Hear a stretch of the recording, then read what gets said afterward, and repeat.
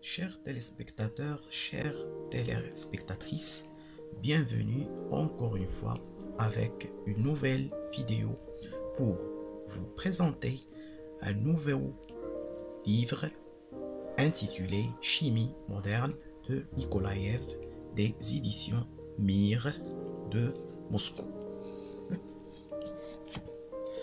Ce livre est fort intéressant. Il débute par un tableau périodique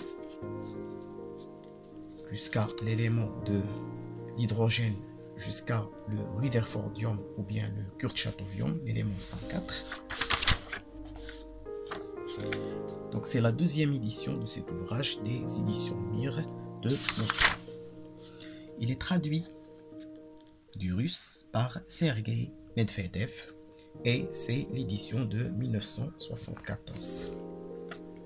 Cet ouvrage est fort intéressant par son contenu en chimie physique surtout. Vous voyez ici. Donc c'est un ouvrage volumineux et de très haut niveau scientifique. Il est constitué de 549 pages.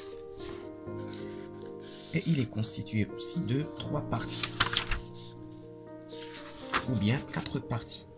La première, les atomes et les molécules, contient le chapitre 1, fondement physique de la chimie, chapitre 2, l'atome, chapitre 3, la molécule, chapitre 4, les lois générales régissant les collectivités des particules et les fondements de la thermodynamique. La deuxième partie, les phénomènes chimiques. Son chapitre 1, les principes de la cinétique chimique, chapitre 2, la catalyse, et chapitre 3, des éléments de photochimie et de radiochimie.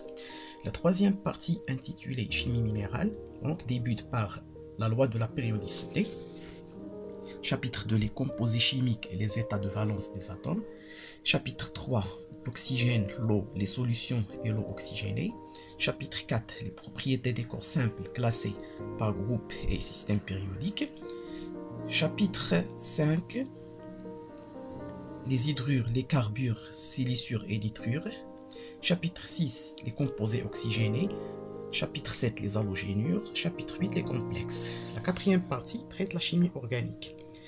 Débute par un chapitre sur la chimie et la géométrie des composés organiques, chapitre de les types de réactions de la chimie organique. Alors, comme je vous ai déjà mentionné, ce livre est divisé en 3 parties. La première partie traitant la chimie physique, la structure des atomes et des molécules, et l'aspect statique de la chimie physique, à l'exception du chapitre 4 qui traite les échanges d'énergie entre les collectivités de particules, c'est-à-dire la thermodynamique chimique, et la deuxième partie, bien sûr, les phénomènes chimiques. La troisième partie traitant la chimie minérale et la quatrième, la chimie organique.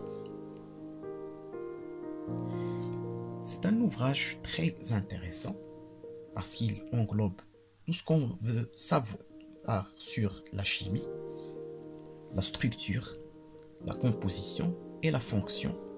Et il essaye le maximum possible de dégager l'essence physique des phénomènes chimiques avec un style clair et abordable pour tous les étudiants de la physique, de la chimie ainsi que la biologie.